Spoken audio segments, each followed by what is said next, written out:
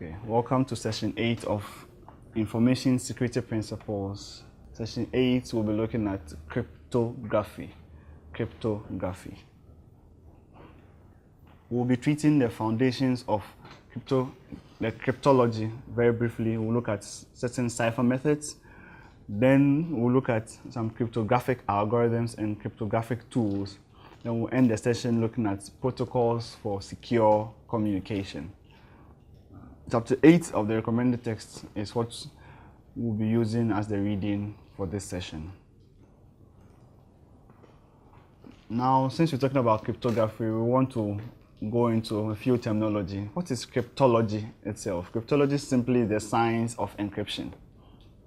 Simply, is the science of encryption. And it is made up of cryptography itself and cryptanalysis. What then is cryptography? Well, it involves making and using codes to secure messages. So it is just a way of hiding information or hiding information to be sent so it is not known to any unauthorized persons, for a general definition. Then what is cryptanalysis?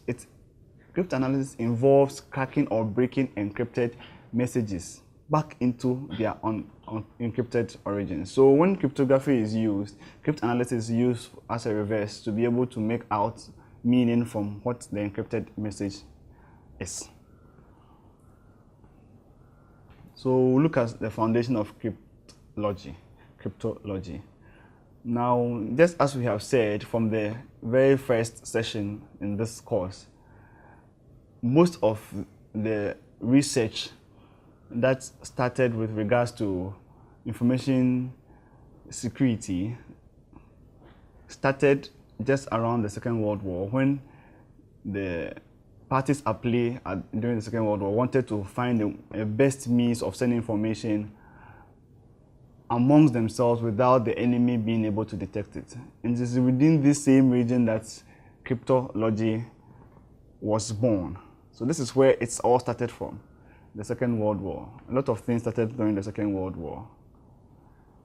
And with that, we move to cipher methods. So what is cipher methods all about? We usually have plain text that can be encrypted through bit streams or block cipher methods. The bit stream is simply each plain text bit which is transformed into a cipher bit, one bit at a time. So you have plain text, and the plain text is represented by bits. So as you transform one bit at a time from the normal plain text to a cipher bit, then you are going to have a bit stream. Then the block cipher is simply a message which is divided into blocks, and each is transformed into encrypted blocks. So you could have a very long message, it's broken down into blocks, then each block is encrypted into a block of cipher, which is also a representation in bits, in a certain algorithm or sequence before it is transmitted to be received later at the other end. So we'll take a look at an example of such ciphers. The first that we'll look at is the substitution cipher. Now this exchanges one value for the other. You know, most popular is the Csit cipher, where by a certain shift number, the alphabets are shifted so that what was once probably A is now B or C or X or Y, and so on and so forth. And this was also used back then to send secret messages between parties when they didn't want anyone to know what the message was about. Then we have, under substitution ciphers, I mentioned Csit cipher, the other ciphers. We have the Vigenère cipher, we have the polyalphabetic substitution, and so on and so forth. Looking at the chart here, it just gives a general representation of substitution cipher, where you have the usual letters of the alphabet put up in a table, a cross table, and based on any shift that you have in mind, based on which kind of cipher, you will have the alphabets rewritten in a particular pattern, which only the one who's receiving will understand based on their knowledge of this kind of cipher method that you're using. And this particular one is the Vigenère square. Then we look at the transposition cipher. It is simple to understand, but if properly used, it produces ciphertext that is difficult to decipher. This is a very simple cipher method that is used. But if well used with understanding, it becomes very difficult to interpret if you are not a party to the kind of transposition that has been done. It rearranges values within a block to create ciphertext, like I've said earlier. Now, to make the encryption even stronger, the keys and the block sizes can be increased to as much as 128 bits or more. Then we have hash functions. Hash functions is simply mathematical algorithms that are used to confirm specific message identity and that no content has changed. So usually when you download certain things, you have the hash values. What happens is that on creation of the software and or a message, a hash function is created. When you have received it, you usually run a certain key to check the hash function to make sure that it's the same value as the hash function when the message was created. If the values are the same, then it gives you the assurance that the content of that encryption has not changed. So you can trust, it becomes a very confident thing that you can trust. Now in hash functions, we have the use of keys, we have that the use of keys is not a necessary requirement. So we usually have the message authentication code rather that may be attached to the message. Let's take a look at some cryptographic algorithms. We usually have the symmetric and the asymmetric. So we'll look at them briefly. Now we'll talk about symmetric and asymmetric. Generally, they have to do with keys, the kind of keys that are used for encryption and decryption. In the case of symmetric, the secret key, the key that is going to be used for encryption, is the same key that will be used to decrypt.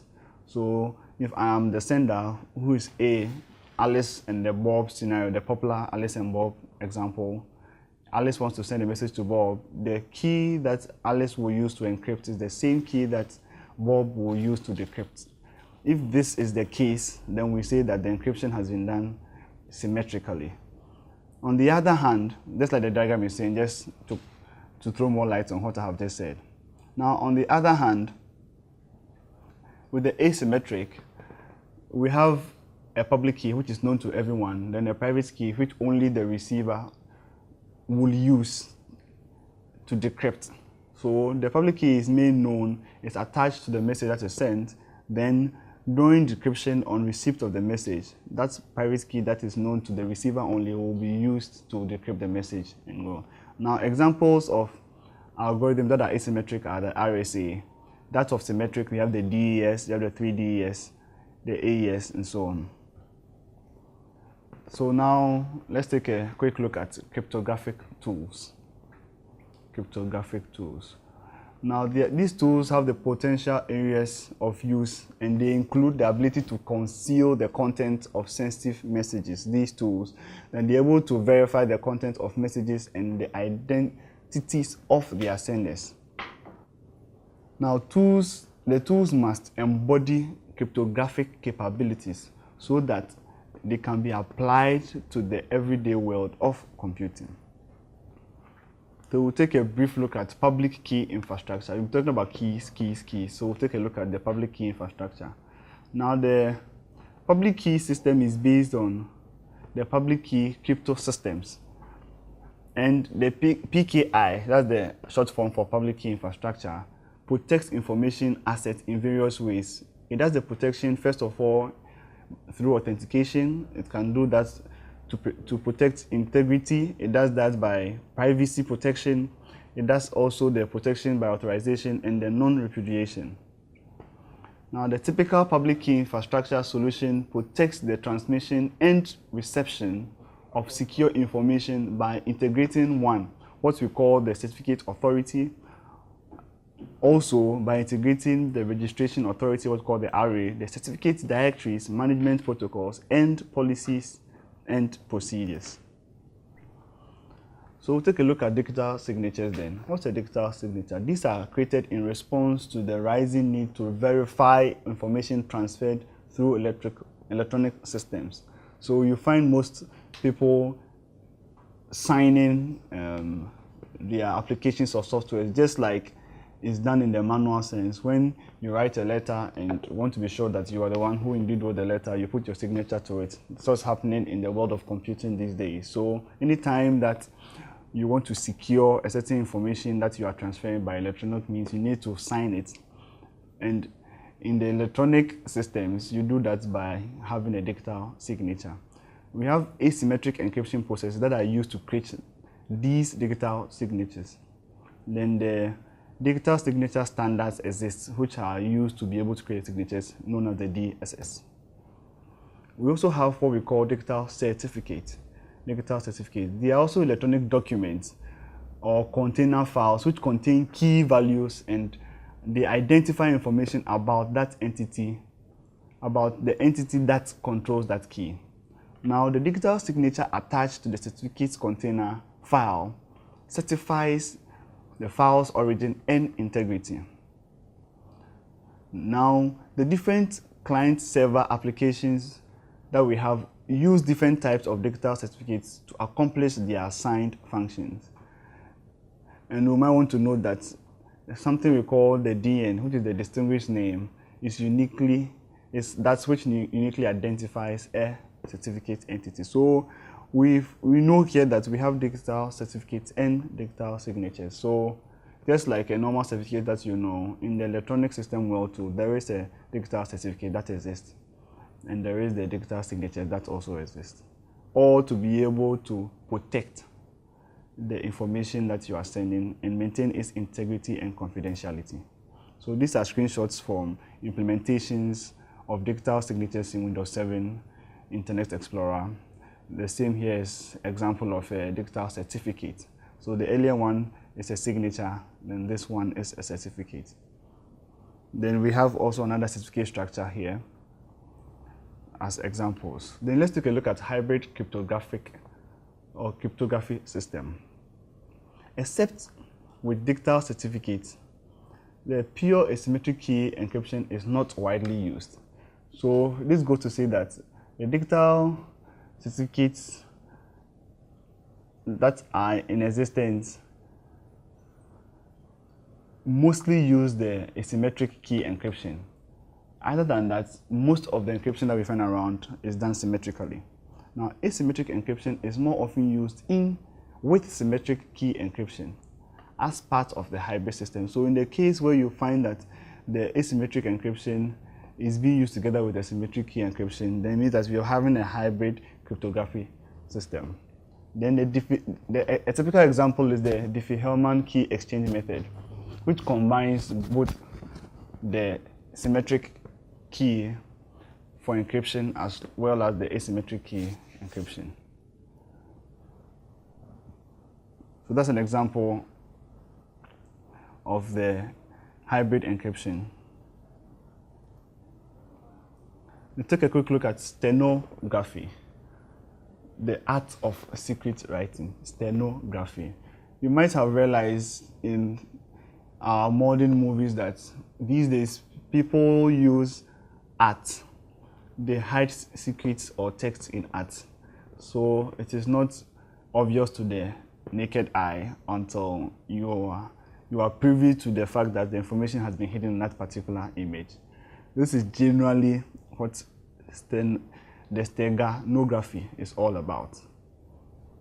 Now, the most popular modern version hides information within files that contain digital pictures or other images. Even these days, some applications hide the messages in even MP3 files. So you need to play the audio file and you have that the message has been put along there, then you pick the information with other systems or applications. Okay, we'll look briefly at protocols for secure communications. Yes, there are protocols that exist for secure communication, and most of the software that's currently used to protect confidentiality information are not really crypto systems. What is happening is that they are just applications to which cryptographic protocols have been added. So we don't have a lot of purely cryptographic systems, but just that we have a lot of applications where we apply the protocols that lie therein for cryptography to be able to help to secure communication. An example of that is the SSL, the SHTTP, The SSL is simply the secure socket layer protocol. It uses the public key encryption to secure channels over public internet. So you find that a lot for we who do a lot of browsing. Then we have the secured version of the Hypertext Transfer Protocol, HTTP, which is the extended version of the HTTP itself. It provides encryption for individual messages between clients so that you are assured that whatever message you are sending between yourself and a certain server somewhere is secured. It means it's encrypted with certain keys. And even if it's intercepted, cannot easily be read out, just like, unlike the normal Hypertext Transfer Protocol that is used for messaging between client and server on the internet. Another one is the secure multi-purpose internet main extension. So these are protocols that are being used to help secure communication. We have the SSL, SHTTP, the Cit, like I've mentioned before, and they use the DES to encrypt credit card information, especially the Cit. The Cit is the secure electronic transactions. You find this a lot when it comes to e-commerce and the use of MasterCards and credit cards and debit cards for transactions online. And the DES is used to encrypt credit card information transfers. And it provides security for both the internet-based credit card transaction and the credit card swipe system in retail stores. So cryptography is all about securing communication information or plain text, hiding it so that it is not easily visible to the plain eye or the eye that is not meant to see that kind of information. So as a summary, we can say cryptography and encryption provide sophisticated approach to security, and that many tools are available and can be classified as symmetric or asymmetric, each having advantages and special capabilities. We realize that the strength of encryption tool is dependent on the key size, but even more dependent on following good management practices, which is sure. There's an adage that a fool with a tool is still a fool. So having the tool itself is not enough for security. We should be able to adopt good practices also to be able to make sure that the tools we have are being used for the right purposes. With this, we come to the end of this session. Thank you very much.